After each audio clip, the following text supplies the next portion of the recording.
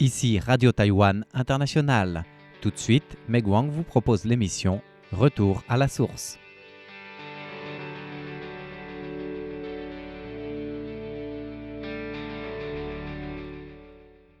Bonjour à tous, notre émission d'aujourd'hui s'intéresse à un fruit de plus en plus apprécié des Taïwanais.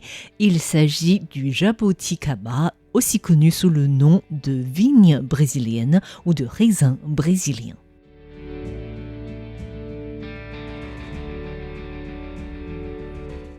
La saison printanière est également celle de récolte d'un fruit de plus en plus recherché à Taïwan. Il s'agit du jaboticaba que les Taïwanais appellent shupu tao, littéralement les raisins des arbres. Cette appellation vient du fait que ce fruit a une apparence très similaire au raisin, que ce soit en couleur, en forme ou en taille. Mais simplement, les jaboticaba poussent plutôt sur le tronc et des branches des arbres. Mais sur le plan de la taxonomie, les raisins et les raisins des arbres appartiennent à des ordres différents. Les raisins des arbres de l'ordre des myrtales sont finalement plus proches des goyaves et des pommes d'eau que des raisins. Le jaboticaba est un fruit originaire du Brésil, mais qui se plaît bien à Taïwan. Si les Taïwanais commencent seulement à connaître ce fruit depuis quelques années, sa culture dans le pays ne date pourtant pas d'hier. Selon Zhang Shoufen du Centre de recherche agricole à Jiayi, la culture du jaboticaba à Taïwan peut remonter à des années 60. Elle explique que dans un premier temps, afin de collecter et d'étudier différentes espèces d'arbres fruitiers tropicaux du monde, l'Institut de recherche a introduit différents arbres fruitiers tropicaux, dont le jaboticaba depuis le Brésil. Et d'après les données historiques du centre de recherche à Jiayi, les premiers jeunes arbres du jaboticaba ont été introduits en 1962 sur l'île. Par la suite, le centre a également introduit des graines du jaboticaba depuis Hawaï. Ainsi, jusqu'à aujourd'hui, le centre possède des arbres du jaboticaba de plus de 50 ans qui peuvent être qualifiés des ancêtres des raisins des arbres à Taïwan. Mais malgré cette histoire relativement longue de l'existence des jaboticaba sur le sol taïwanais, pendant longtemps, ce fruit restait inconnu chez les Taïwanais. Ces arbres étaient plutôt éparpillés et cachés dans des jardins. Selon Zhang Shoufen, le jaboticaba a un taux de croissance relativement lent, mais ses branches et ses feuilles sont plutôt denses qui offrent une belle forme à l'arbre. Par conséquent, dans un premier temps, cet arbre était plutôt cultivé pour sa valeur ornementale. Cet arbre qui s'adapte au climat taïwanais est facile à planter et rencontre peu de maladies. Ainsi, dans un premier temps, il était plutôt cultivé dans des jardins et les fruits étaient plutôt un surplus. De nos jours, il y a déjà des agriculteurs qui se spécialisent dans la culture du jaboticaba. Qiu Zongping cultive depuis une quinzaine d'années des raisins des arbres à Taoyuan dans le nord-ouest du pays. Il explique qu'il faut au moins 7 à 8 ans, voire 10 années pour que les semis des jaboticaba donnent les premiers fruits. Cependant, étant donné que cet arbre a une durée de vie assez longue, avec un rendement et une qualité qui s'améliorent avec l'âge d'un arbre, Qiu Zongping estime que tout investissement dans la culture de ce fruit peut devenir intéressant sur le long terme. Il déclare avoir abandonné ses cultures initiales des arbres d'ornement comme les cyprès, les bambous ou les Terminalia mentali pour se spécialiser dans les raisins des arbres. Il dispose aujourd'hui plus de 2000 arbres jaboticaba et selon lui, la récolte d'aujourd'hui dépasse largement ses attentes. À Taïwan, la plus grande ferme des raisins des arbres se trouve à Nantou, dans le centre de Taïwan. La ferme de l'agriculteur Ye Minghui, qui cultive ce fruit sur environ 12 hectares à Nantou, est également la plus grande de l'Asie. Selon lui, cet arbre se plaît particulièrement à Nantou, le seul comté taïwanais qui soit bordé des mers, pour ses écarts de température journalière importants.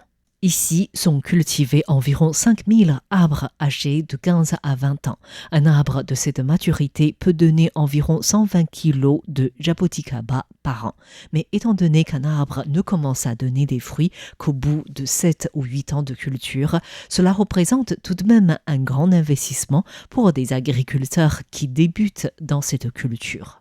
Selon Zhang Shufen, chercheuse du Centre de recherche agricole à Jiayi, les raisins des arbres sont faciles à cultiver dans un environnement avec suffisamment de soleil, d'approvisionnement en eau et d'engrais. Ainsi, la plupart des environnements extérieurs à Taïwan conviennent à cette culture. Mais étant donné que cette plante a des racines peu profondes, il faut être particulièrement vigilant quant au drainage lors de l'arrosage. Et des racines peu profondes signifie également que les jaboticaba craignent particulièrement du typhon. Et les agriculteurs doivent également protéger ces arbres du froid en cas de température trop faible qui entrave leur croissance. Depuis quelques années, les raisins des arbres sont de plus en plus souvent vus sur le marché taïwanais. Mais l'une des impressions des consommateurs est que ce fruit reste petit, avec peu de chair et c'est acide. À propos de ces réactions, Zhang Shufen du Centre de recherche agricole à Jiayi conseille aux consommateurs de choisir des fruits qui sont déjà plus gros, plus charnus, avec une couleur de peau plus foncée. Elle précise que ce fruit est à consommer lorsqu'il est entièrement mûr pour avoir un meilleur arôme.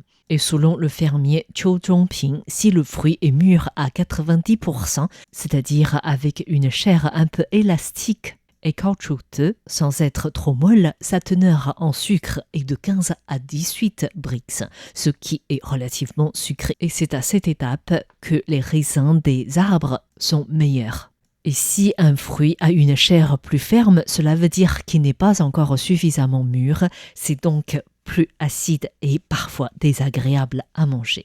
Les raisins des arbres sont donc délicieux et relativement faciles à cultiver à Taïwan. Cependant, ils sont loin d'être aussi présents sur le marché que d'autres fruits tropicaux comme les goyaves ou les ananas. Les prix de ces jaboticaba restent également relativement élevés. Sur le marché des grossistes, les prix des raisins des arbres varient de 30 à 50 $ taïwanais le kilo, c'est-à-dire de 90 centimes à environ 1,50 € le kilo. Selon Qiu Zhongping, le fermier, les raisins des arbres poussent partout sur le tronc et les branches d'un arbre et ils ne mûrissent pas souvent en même temps. La récolte doit se faire toujours manuellement. Ainsi, parfois, la récolte représente 30% des coûts de revient de la culture des raisins des arbres. En plus, les raisins des arbres qui se stockent mal à température ambiante se vendent également plus cher que les autres fruits tropicaux. Résultat est que beaucoup de marchands des fruits préfèrent ne pas acheter ce fruit en raison de ses prix et de sa courte période de conservation. C'est également pour cette raison qu'il est plus difficile de retrouver ces raisins des arbres directement sur les marchés traditionnels. Zhang Shufen explique que les coopérations agricoles des raisins des arbres préfèrent vendre leurs récoltes directement aux consommateurs ou alors via des plateformes du commerce électronique. Ce fruit riche en vitamines C et E est également recherché pour sa valeur antioxydant et anti-inflammatoire. Lin Ya-en, présidente de l'association d'éducation nutritionnelle, invite les Taïwanais à consommer ce fruit avec la peau mais aussi le pépin, puisque les substances antioxydantes naturelles telles que les anthocyanes ou les polyphénols qui sont bénéfiques pour le corps humain se trouvent dans la peau. C'est également pour ses valeurs nutritionnelles que les Taïwanais apprécient bien ce fruit. Dans la plupart des cas, les amoureux des raisins des arbres les consomment en tant que fruits frais qui sont tout aussi délicieux une fois congelés.